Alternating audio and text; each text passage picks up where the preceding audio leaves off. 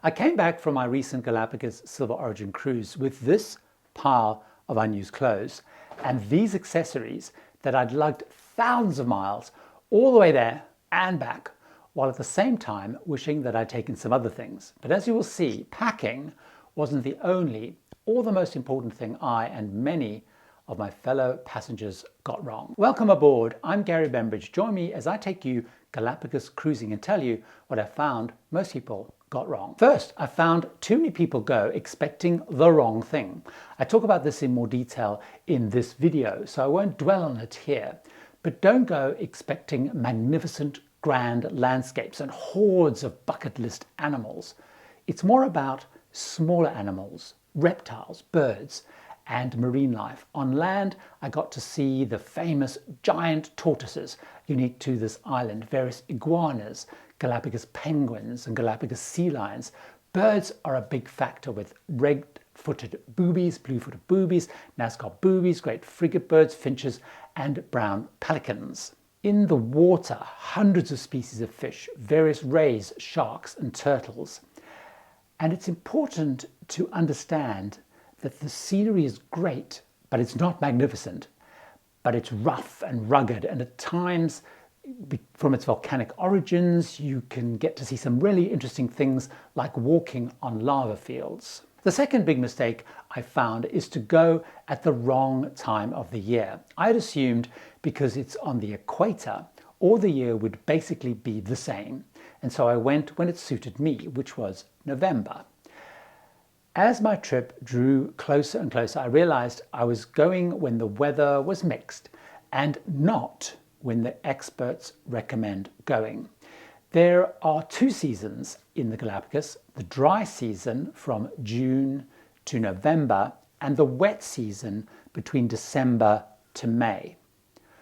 The temperatures are lower in the dry season. They average 22 to 24 degrees Celsius, that's kind of 73 to 76 Fahrenheit. It's cloudier, the water's colder and a little bit less clear. In the wet season, although there's sporadic downpours, it's 25 to 26 degrees Celsius, that's 76 to 79 Fahrenheit. The seas are calmer, the water's clearer, and it's warmer for snorkeling. Now, while there's definitely no wrong time of the year, bear in mind experts recommend going from December to May. The third mistake I saw was people seeing it as a vacation to go and relax and unwind. It was the busiest trip I think I have ever been on. My first expedition set off at either 7 a.m. or 8 a.m. and after two expeditions we had an hour or two for lunch, an afternoon expedition, an hour or two before an evening talk and the next day's briefing and then dinner. It was busy. The expeditions themselves were mostly active, hikes or snorkeling. By the fifth day I was really tired and I actually nodded off after lunch, missing an expedition, which you do not want to do. You don't choose Galapagos to relax, you come ready to be busy. Which brings me to the next mistake. Don't go to the Galapagos if you have limited mobility, you're not active, or you dislike snorkeling. More than any other expedition trip that I've been on, I found this even more active and it needs to be even more mobile. The ships don't ever dock, so even embarking and disembarking is by zodiac. All expeditions use zodiacs. Most expeditions are adventurous, like walking over lava fields, rocky outcrops, or up steep stone steps. If you have limited ability, you will miss out on so much. Furthermore, an important part of the Galapagos experience is in the water. Daily snorkeling to see the fish, turtles, rays, sharks, and even sea lions swimming around. If you don't go into the water, you miss out probably a third of the best part of going to the Galapagos. Another mistake is thinking this is a cruise to party, be entertained, or to have lots of choice. The ships are small. The largest ships only take 100 passengers, but mostly 40 or 50.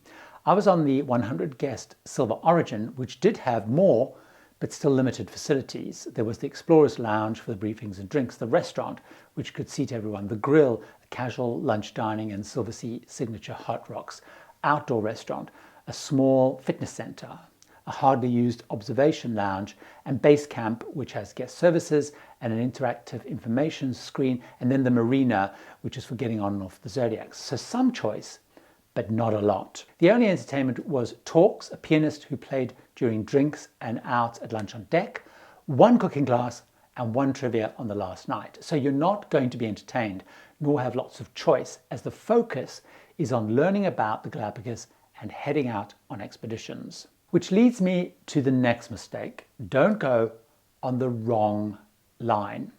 I chose Silversea partly for the pampering, but because based on my other expeditions with them, I knew they'd have an incredible expedition team. The expedition team makes or breaks these trips. I was reminded of this on Santa Fe Island. When we were there, we were alongside one of the smaller ship lines, and I was sort of listening in to their expedition team versus what we were being told. It was like night and day. If you're really into wildlife, think about the company you go with. You might like, for example, Lindblad National Geographic ships, because the passengers there tend to be much more passionate nature lovers than perhaps I felt were on my ship, Silversea.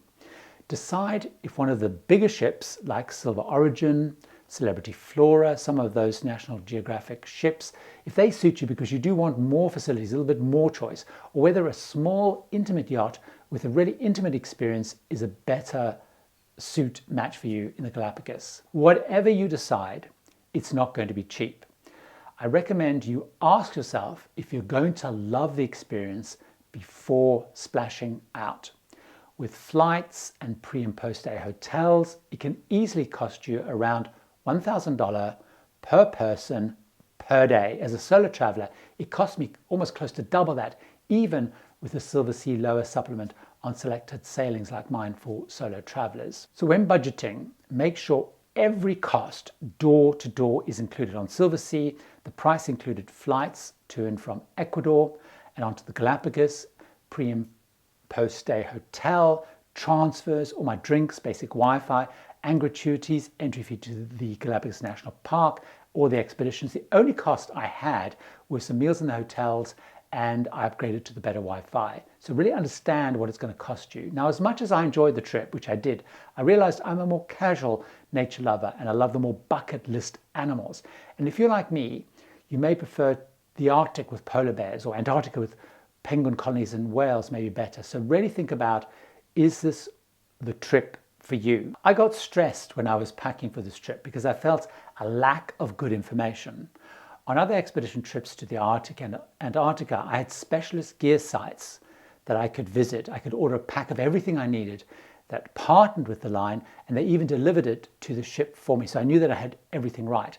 This trip was much more trial and error. And here's what I found I should have taken. Good water shoes or sandals that can get wet, and you can even hike in for the wet landing. Good walking shoes. While many had proper hiking shoes, I used my worn-in track shoes because I found them comfortable and it gave me good support. The next thing is expedition trousers, ones that repel the water. I took just regular shorts with me, but they did get a bit soggy sometimes on the Zodiacs. And while they dried quickly, I noticed all the expedition team and many of the passengers that had done this before wore these kind of expedition trousers, which are sort of almost waterproof trousers, but look like regular trousers. They also can be unzipped at the knee to turn into shorts. I really wish that I had brought those. You do, by the way, need long trousers, as on some of the excursions, particularly when headed up into the highlands, there are fire ants and bugs, so you need long trousers. I took jeans with me, which I couldn't wear, of course, on any of the wet landings, so those expedition trousers would have helped there too. Make sure you take swimming gear because you must go snorkeling. The lines provide a wetsuit and goggles, but you need gear to wear underneath. You will need a raincoat outer layer. I took this great coat which has a hood on it. A cap or hat is essential to avoid getting burnt. Check on the dress code on board too. So on Silversea, they didn't allow jeans and I had to wear a collared shirt in the evening, while on other lines, like say the National Geographic lines, they're much less fussed. I also recommend taking a long sleeve top for the expeditions, not short sleeve, to avoid bugs and getting burnt. Now, many people took long sleeve tops that are made of that kind of gym shirt material. I really wish I'd taken those. Do take layers though. I took far too many warm clothes with me, but do have a warm zippy top or thin jumper for the evenings. I also recommend a first aid kit. In it have insect repellent, Imodium headache pills, seasick pills, and all your usual stuff. Take sunscreen, but make sure that it's bio-friendly, eco-friendly. The other thing to think about is camera equipment. As the animals and wildlife are comfortable with humans and you can get close, most people on my trip only used their iPhone, and the zoom on that was more than enough. I did not use my big zoom lens, but I found that my compact Sony RX100 was perfect, as it was easy to carry and also has a great zoom. So I could film great zoom shots like this of the iguana. This is without the zoom, and this is just with the zoom on my Sony RX100. Check if the line gives you a rucksack, which Silversea did. If not, take one, as you need your hands free when you step on and off the Zodiac. If you want to know much more about cruising the Galapagos, watch this video, starting with the biggest surprise about going there. See you over there.